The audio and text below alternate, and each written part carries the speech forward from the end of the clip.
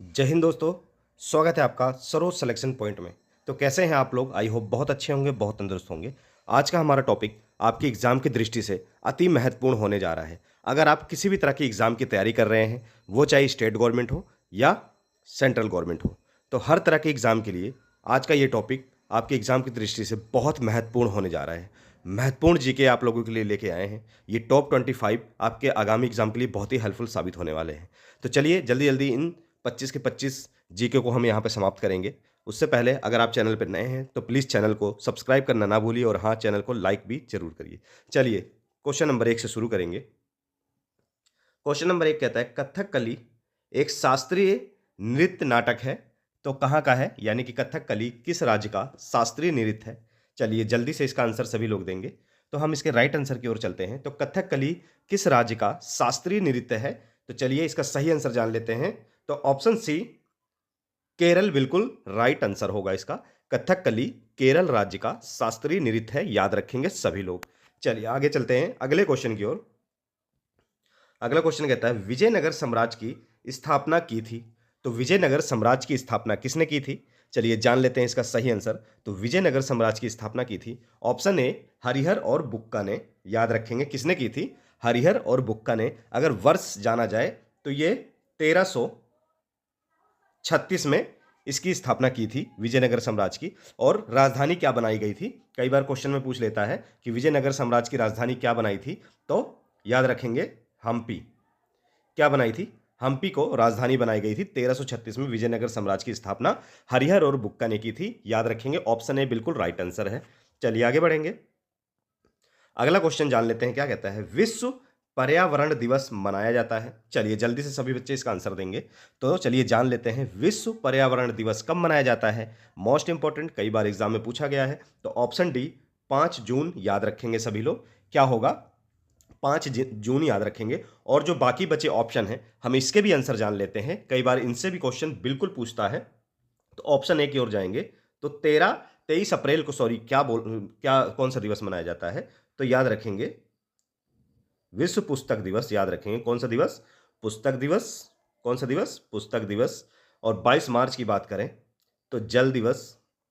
कौन सा दिवस? जल दिवस। 22 अप्रैल की बात करें अर्थ डे यानी कि पृथ्वी दिवस, याद रखेंगे पृथ्वी दिवस। 23 अप्रैल को पुस्तक दिवस, 22 मार्च को जेल दिवस, जल दिवस सॉरी, 22 अप्रैल को पृथ्वी दिवस और 5 जून को विश्व पर्यावरण दिवस, जो कि आपका क्वेश्चन है। तो राइट आंसर होगा ऑप्शन डी। और बाकी दिवसों को भी आप अपने रजिस्टर में नोट डाउन करेंगे क्योंकि इनसे भी क्वेश्चन बिल्कुल बनते हैं। चलिए आगे चलते हैं अगले क्वेश्चन की ओर। तो अगला क्वेश्चन हमारा कहता है विश्व की सबसे ऊंची चोटी एवरेस्ट किस देश में स्थित है? मोस्ट इंपॉर्टेंट क्वेश्चन है। तो विश्व की सबसे ऊंची चोटी एवरेस्ट किस देश में स्थित है? चलिए जान लेते हैं। तो सबसे ऊंची चोटी कौन सी है, पहले तो आप लोग ये बताएंगे। तो सबसे ऊंची चोटी कौन सी? Mount Everest. तो माउंट एवरेस्ट किस देश में है? तो वो है ऑप्शन बी नेपाल में है। किस देश में है? नेपाल में है। और लगभग इसकी ऊंचाई कितनी है? तो 8,848 है। 8,848 है, याद रखें कितना है? 8,848 है। कई बुकों में 8,850 भी लिखा हुआ है। और ऑप्शन ए अगर हम देखेंगे तो भारत की अगर पूछ ले आपसे तो भारत की सबसे ऊंची चोटी कौन सी है? तो याद रखेंगे K2 है। कौन सी है? K2 है। सभी बच्चे इसको याद रखेंगे। अगर इसकी ऊंचाई पूछ ले तो 8,611 याद रखेंगे, 8,611।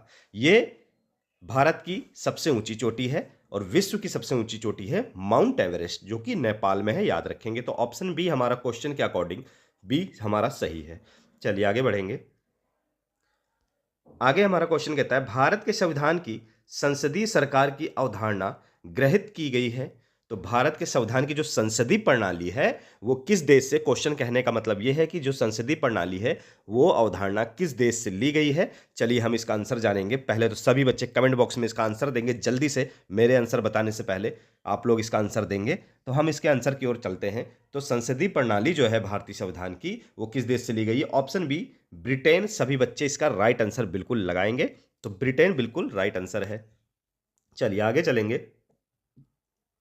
जिस दर पर आरबीआई बैंक को ऋण देती है उसे क्या कहा जाता है? जिस दर पर आरबीआई जो होती है यानी कि भारत की सबसे बड़ी बैंक यानी कि बैंकों का बैंक जिसे कहा जाता है, तो आरबीआई बैंकों को ऋण देती है, उसे क्या कहा जाता है? तो याद रखेंगे ऑप्शन बी, रेपो रेट। क्या कहते हैं? रेपो रेट कहते हैं, याद रखेंगे। चलिए आगे बढ़ेंगे। अगला क्वेश्चन हमारा क्या कहता है? भारत के पहले उप प्रधानमंत्री, मोस्ट इंपोर्टेंट क्वेश्चन है। तो भारत के पहले उप प्रधानमंत्री, जल्दी से सभी बच्चे इसका आंसर देंगे कमेंट बॉक्स में।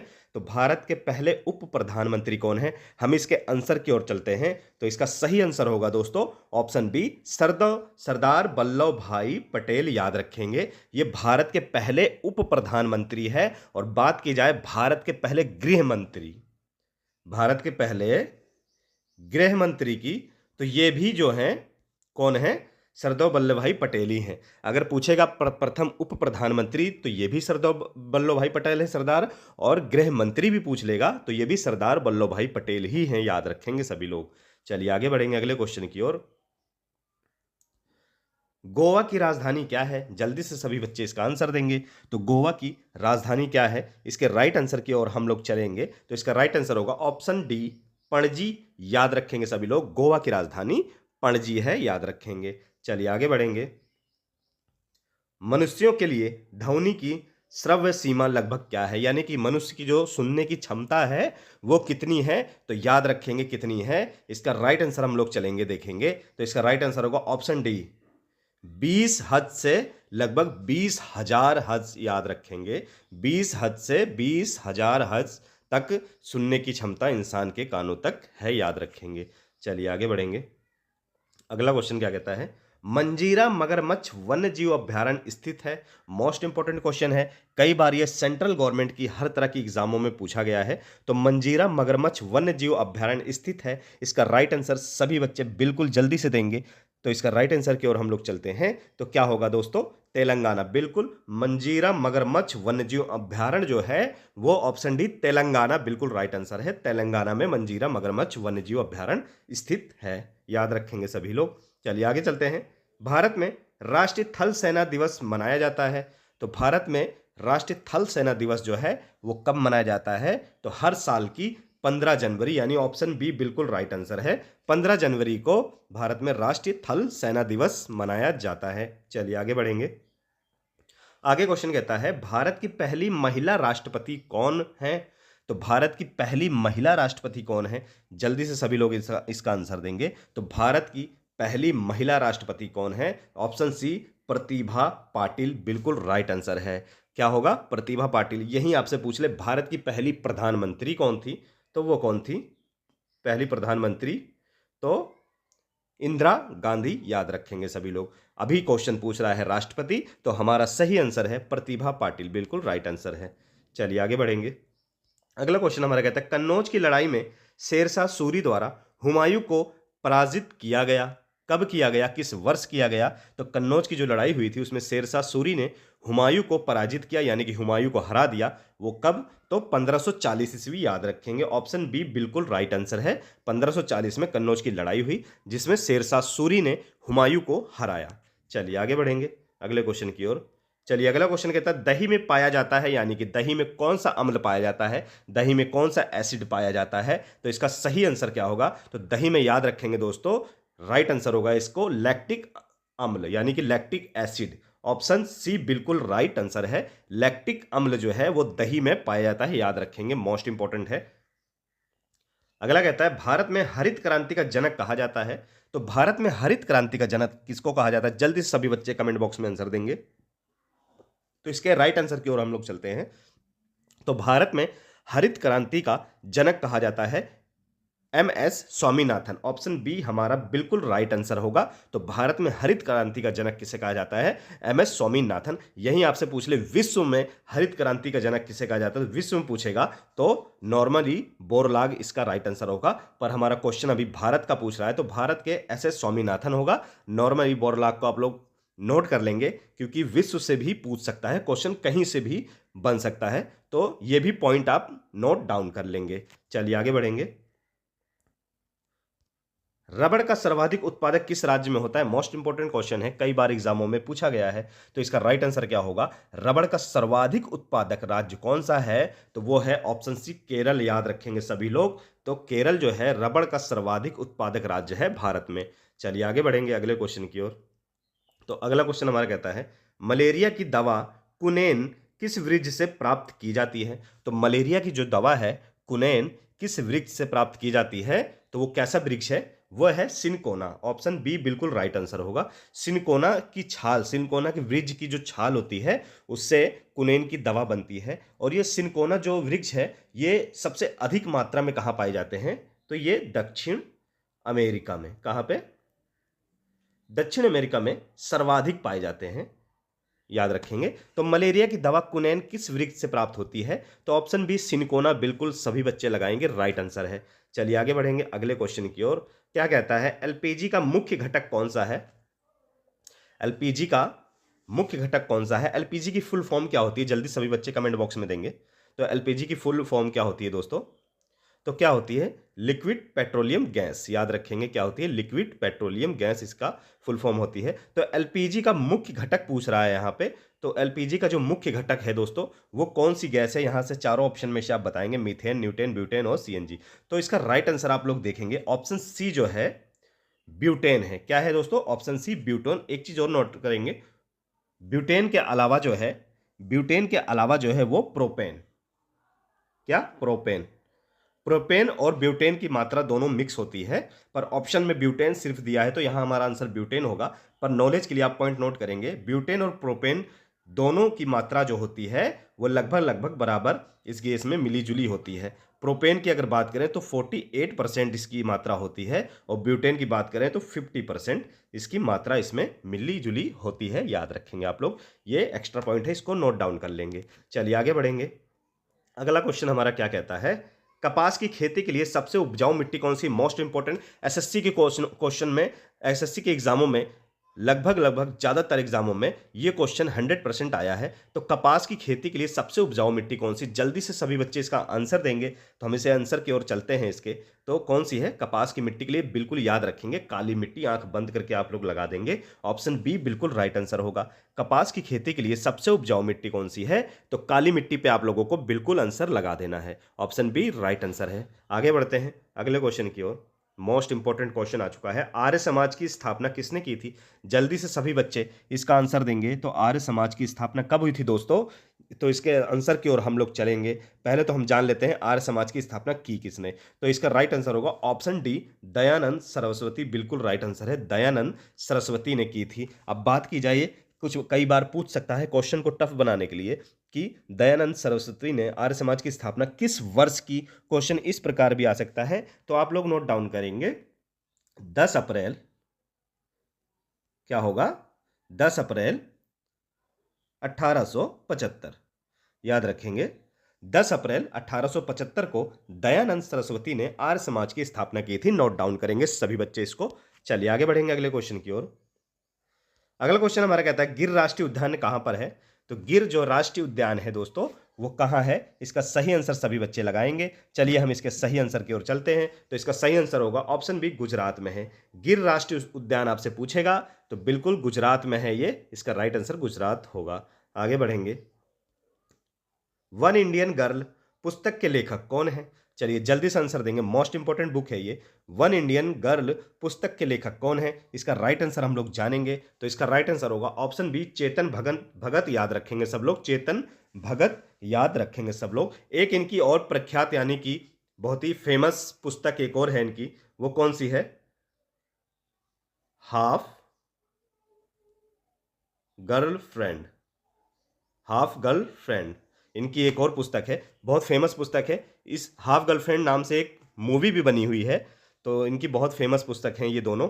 तो याद रखेंगे ये किसकी है? चेतन भगत की। वन इंडियन गर्ल पुस्तक के लेखक कौन है? ऑप्शन बी चेतन भगत बिल्कुल राइट आंसर होगा दोस्तों, याद रखेंगे सब लोग।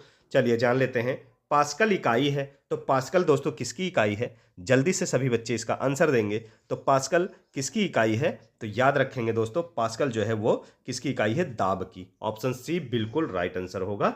किसकी इकाई है पास्कल? दाब की इकाई है, याद रखेंगे। चलिए आगे बढ़ेंगे।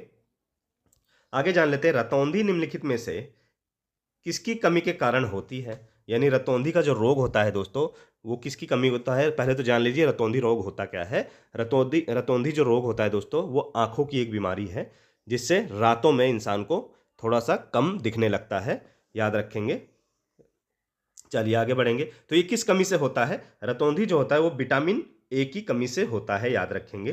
किसकी कमी से होता है दोस्तों, तो रतौंधी जो है वो विटामिन ए की कमी से होता है, याद रखेंगे। अब जान लेते हैं, एक्स्ट्रा फैक्ट भी इसमें नोट डाउन करेंगे। तो ऑप्शन बी की ओर पहले देखते हैं। तो विटामिन ए के बारे में तो हम लोगों ने जान लिया, रतौंधी होती है। तो विटामिन सी से क्या होता है दोस्तों, मोस्ट इंपॉर्टेंट, कई बार एग्जाम पूछा है। तो स्कर्वी रोग होता है, याद रखेंगे। सभी बच्चे इसको नोट डाउन करेंगे। स्कर्वी रोग जो होता है वो विटामिन सी की कमी से होता है। और विटामिन बी 12 की कमी से क्या होता है, एनीमिया। एनीमिया एक रोग है, एनीमिया एक रोग है जिससे शरीर में कमजोरी आ जाती है और पीलापन आ जाता है, तो उसे एनीमिया कहते हैं। वो विटामिन बी 12 की कमी से होता है। और विटामिन डी की कमी से होता है हड्डियों और मांसपेशियों में कमी। हड्डियों और मांसपेशियों में दर्द, जकड़न या कमी आ जाती है, तो उसमें विटामिन डी की कमी से होता है। ये एक्स्ट्रा फैक्ट भी आप लोग नोट करेंगे। तो अभी हमारा क्वेश्चन पूछ रहा है रतौंधी निम्नलिखित की किसकी कमी से होता है, तो विटामिन ए की कमी से रतौंधी होता है, याद रखेंगे सभी बच्चे। आगे बढ़ेंगे अपने आखिरी क्वेश्चन की ओर। तो हमारा आखिरी और 25वां क्वेश्चन कहता है, भारतीय संविधान की उद्देशिका में संविधान संशोधन किया गया। तो भारतीय संविधान की उद्देशिका में संविधान संशोधन किया गया। तो भारतीय संविधान की उद्देशिका एवं प्रस्तावना को भारतीय संविधान की आत्मा भी कहा जाता है। मोस्ट इंपॉर्टेंट है, कई बार एग्जाम में ये क्वेश्चन बन के आ जाता है कि भारतीय संविधान की आत्मा या हृदय किसे कहा जाता है, वो उद्देशिका या प्रस्तावना को कहा जाता है, याद रखेंगे। तो ये संशोधन किया गया था, तो किस संविधान संशोधन में किया गया था, इसका राइट आंसर होगा ऑप्शन बी, 42वां संविधान संशोधन। बात की जाए ये किस अधिनियम या किस वर्ष किया गया, तो 1976 में 42वां संशोधन जो हुआ था 1976 में हुआ था, याद रखेंगे। बात की जाए 86वां संशोधन, एक्स्ट्रा फैक्ट भी नोट करेंगे इसका आंसर जानने के बाद, एक्स्ट्रा फैक्ट, क्योंकि ये सारे संशोधन मोस्ट इंपॉर्टेंट है, तो इसलिए मैं आप लोगों को बता रहा हूं और इतने डिटेल में, इतने सरल तरीके से दोस्तों समझा रहा हूं। अगर मजा आ रहा हो पढ़ने में तो प्लीज चैनल को सब्सक्राइब किए बिना ना हटिए। हम इसी तरह आपके आने वाले एग्जामों के लिए मोस्ट इंपॉर्टेंट टॉपिक लाते रहेंगे। आप ऐसे ही हमारे साथ जुड़े रहिए और लाइक भी जरूर दबाइए। चलिए क्वेश्चन की ओर चलते हैं। पहले तो 86वां संशोधन जो है दोस्तों, वो कब हुआ था, पहले तो ये जान लेते हैं। तो ये हुआ था 2002 में हुआ था। और ये किस लिए किया गया था, इसमें दोस्तों क्या किया गया था कि 6 से 14 साल के जो बच्चे हैं उनको निःशुल्क और अनिवार्य शिक्षा का प्रावधान इसमें किया गया था, याद रखेंगे 86वें संशोधन में। और अगर पूछा जाए कि किस अनुच्छेद में 6 से 14 साल के बच्चों को जो है किस अनुच्छेद में रखा गया है, यानी फ्री शिक्षा के लिए उनको इसका अधिकार जो है, तो 21A में, याद रखेंगे सभी बच्चे। इस संशोधन के तहत 21A में ये अधिकार दिया गया कि अनुच्छेद 21A में कि 6 से 14 साल के बच्चों को निःशुल्क और अनिवार्य शिक्षा दी जाएगी, याद रखेंगे। ये 2002 में संविधान संशोधन हुआ था। 44वां संविधान संशोधन दोस्तों कब हुआ था, ये हुआ था 1978 में हुआ था। इसमें क्या किया गया, संपत्ति के अधिकार को दोस्तों, यानी कि हमारा जो मूल अधिकार था, संपत्ति के अधिकार को मूल अधिकार से समाप्त कर कानूनी अधिकार बना दिया गया। क्वेश्चन अगर आपसे पूछ ले कि संपत्ति के अधिकार को किस संविधान संशोधन के तहत कानूनी अधिकार बनाया गया, तो 44वां संविधान संशोधन 1978। अब 52वां जान लेते हैं, मोस्ट इंपॉर्टेंट है ये भी। तो 52वां जो संशोधन हुआ था वो हुआ था 1985 में। कब हुआ था, 1985 में। इसमें क्या किया गया था, दल बदल विरोधी कानून से संबंधित है, याद रखेंगे, दल बदल विरोधी कानून से हैं। तो ये थे दोस्तों हमारे टॉप 25 मोस्ट इंपॉर्टेंट जीके, जो आपकी एग्जाम की दृष्टि से बहुत हेल्पफुल होने वाले हैं। एक बार फिर मैं कहता हूं, अगर मजा आया हो पढ़ने में तो प्लीज कमेंट बॉक्स में अपना फीडबैक दीजिए और चैनल को सब्सक्राइब करे बिना ना जाइए और लाइक भी जरूर कर दीजिए दोस्तों। चलिए दोस्तों, फिर मिलेंगे नेक्स्ट वीडियो में एक मोस्ट और इंपॉर्टेंट टॉपिक के साथ।